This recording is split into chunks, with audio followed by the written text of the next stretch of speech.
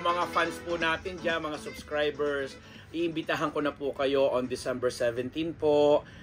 That's a Sunday at 9 o'clock in the evening or 9 p.m. dito sa Philippines. Ako po yung magla-live dito sa atin sa Unbearable Channel para mas masaya naman natin chikahan at mas mahaba-haba at mas maraming chika para din yung po iba sa inyo makapag diretsong tanong din po sa akin at makapagpabati dahil Christmas kumbaga. Kaya December 17 ha, Sunday po yan, 9 o'clock in the evening. Ay, iba may Christmas party tayo. And this time, pag-usapan natin ang issue hinggil dito sa kontrobersiya na nalikha ng butihing ama ni Liza Soberano na si Ginoong Jan Soberano. Ako po'y hininga ng opinyon ng mga kapwa natin, mga Lizken fans. May mga ibang mga siguro mga naghihintay rin ng gusto nilang marinig mula sa akin. Kasi ako po ever since talaga namang true-blooded na supporter ng Lizken, lalong-lalo nga ni Ken, o diba? Kasi kaibigan, love na love ko yung batang yan. And of course, si Liza na rin. But this time, dahil nga po sa issue nitong tatay ni Liza, ay medyo na-off din po ako. Hindi dahil sa kaibigan ko sina Mama Ogie Diaz at saka si Christy Fermin, kundi hindi yun ang isasantabi po natin yun kasi marami nga rin po sa inyo ang talagang hindi rin naman pumapabor sa mga ilang pahayag o mga nagiging pahayag ng aking mga kaibigan na yan hinggil dito kina Liza, especially sa usaping Liza Soberano. Dahil ako naman po, sinasabi ko naman for the longest time, Lizken, kasama din si Enrique kasi mas ano nga ako kay Enrique dahil but the thing is, since love ni Enrique si Liza, mahal ko na rin si Liza. Ganun po yung issue dito. But the thing is, yung mga Lizken dyan, makinig po tayong lahat, hindi po ito issue ng Lizken. Usapin po ito ng kanyang ama na hindi ko rin po sinasang-ayunan at sa personal ko pong pananaw, parang sobra namang naging mapangahas, sobra namang kumbaga naging sobrang foul sa kanyang mga naibulalas na saloobin na lumabas po sa kanyang social media. Hindi ko alam kung Facebook ba ito, Instagram na lumabas, hindi ko na kasi tiningnan. At sabi nga din naman ay borado na kung saan minumura niya si Nanay Christy, inaalipusta niya si Mama Ogie Diaz, to the point na parang sinabi bumalik na lang ito sa pinanggalingan niya na pagtitinda ng turon, etc. etc. May mga ganun pa siya at may mga pagmumura pa siya. Hindi ko kilala personally si Ginoong Jan Soberano kasi nga sabi ko, ang kilala ko lang naman si Liza. Nakilala ko dahil kay Enrique.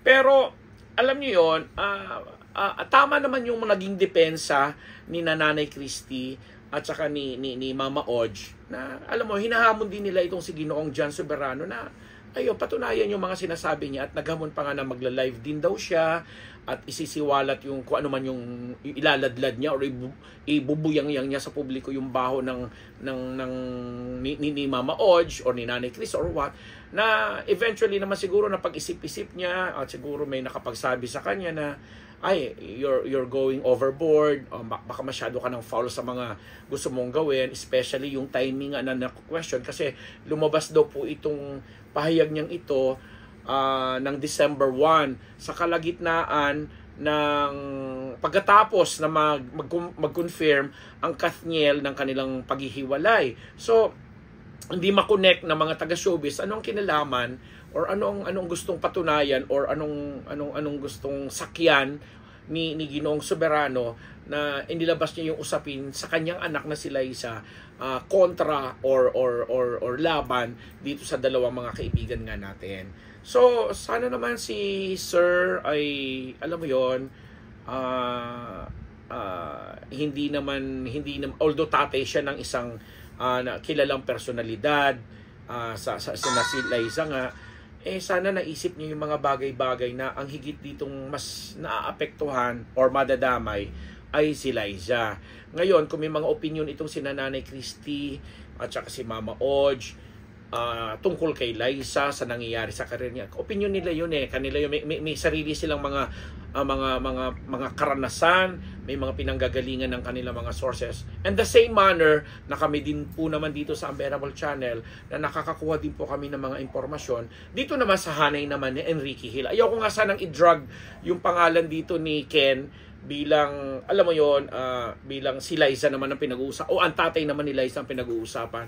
But just like what I've said, involved, madadamay kasi nga anak ni Ginoong Jan Soberano si Liza, and si Liza naman alam natin na very close at may relasyon sila ni Enrique, kahit sinasabi nga ng iba na naghiwalay na, kaya so ganito, may unpublished interview siya na lumabas sa isang pahayagan na nilabas ng PEP na di umano inamin itong break na sila and everything.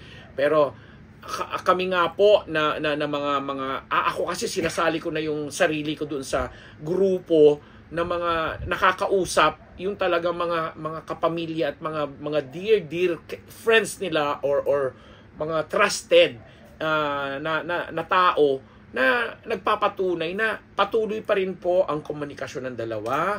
Meron pa rin po silang ugnayan. May pinag-uusapan pa rin po silang partnership, kung ano mang klaseng partnership rin, relasyon ba yan, may kung ano ba. But the thing is, alam po natin lahat na may namamagitan naman sa kanilang romansa even before. So kung nagpapatuloy po yan, nasa kanila na lang po yan, kasi ang ipinapakita naman po nila sa, eto nga, dito sa mga friend, na sabi ko nga, sinali ko na po ang sarili ko, yun, yung samahan na nandito tayo, although tayo yung mga public personalities or celebrities, pwede na nating pwede naman siguro nating ilagay sa isang hindi aspeto, ilagay sa isang lugar yung ating relasyon na tayo na lang yung nagrerespetuhan at nagkakaintindihan. Maraming ganun eh. May mga kilala po tayo at may mga alam po tayo na mga magpa-partner na sa ganung usapan. Ako nga, meron nga akong isang kaibigan na isang sikat na talaga nag-blind date ako biglang nag-blind date ako doon sa gitna ng episode na to kay Ginoong Soberano, na isang sikat na TV host na talagang in love pala siya, and dahil nag-grant na ang kanyang unang kasal, pakakasalan niya na yung kanyang girlfriend na nasa Amerika at may anak na sila, no? Na sila lang muna nakakaalam. But soon siguro i-reveal din nila. Maraming ganun kasing usapin sa showbiz. At sabi ko nga sa mga nakaraang podcast po natin, na ma-magnify itong lahat or lumalaki, na minsan naboblown out of proportion dahil nga po may mga ibang sektor o may mga ibang sources dito sa industriya ang ating ginagalawan na gustong marinig ang gusto lang nilang marinig. May gusto gusto nilang sabihin lang ang gusto nilang sabihin, or may gusto silang pakinggan na yun lang ang gusto nilang pakinggan. But at the end of the day, kailangan po kasi nagko-compromise yan. Kaya address po natin uli itong usapin kay Ginoong Soberano na, Sir, sana naman kunting hihinay naman, kunting preno, kasi hindi ka naman po celebrity, hindi ka naman po artista.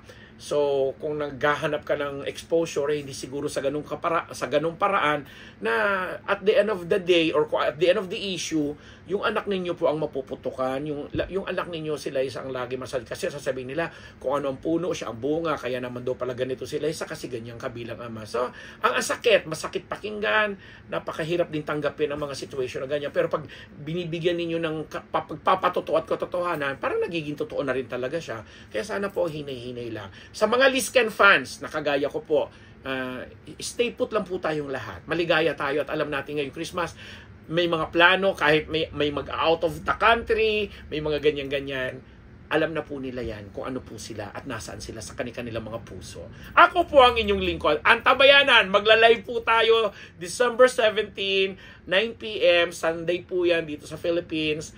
Philippine time, 9 p.m. December 17, live mula sa Unbearable Channel! Maraming salamat po, Diyos Mamano, sa inyong lahat, lalo na sa aming mga sponsors. Di ba, Don? Uy!